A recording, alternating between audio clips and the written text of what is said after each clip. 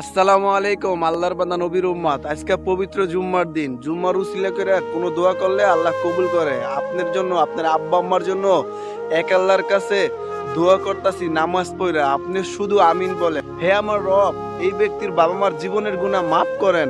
হে আমার রব, এই ব্যক্তির বাবা মা দুনিয়ায় বেঁচে থাকলে সুখ শান্তি ভরপুর দান করেন, অসুস্থ থাকলে সুস্থতার নিয়ামত দান করেন, পরকালে পাড়ি জমাইলে আবু বকর ওমর আল্লাহ রাসূলের সাথে জান্নাতে থাকার তৌফিক দান করেন।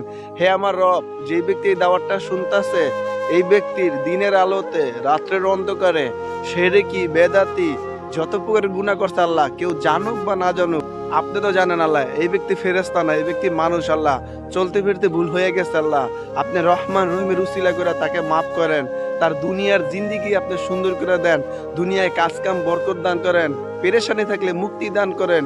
হে আমার রব, বেশিতে বেশি আপনার গোলামি করতে পারে, আপনার হুকুম পুরো করতে সেই তৌফিক দান করেন।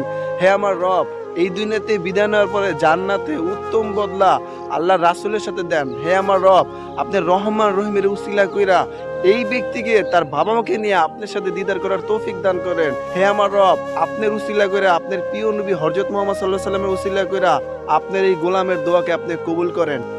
আমিন।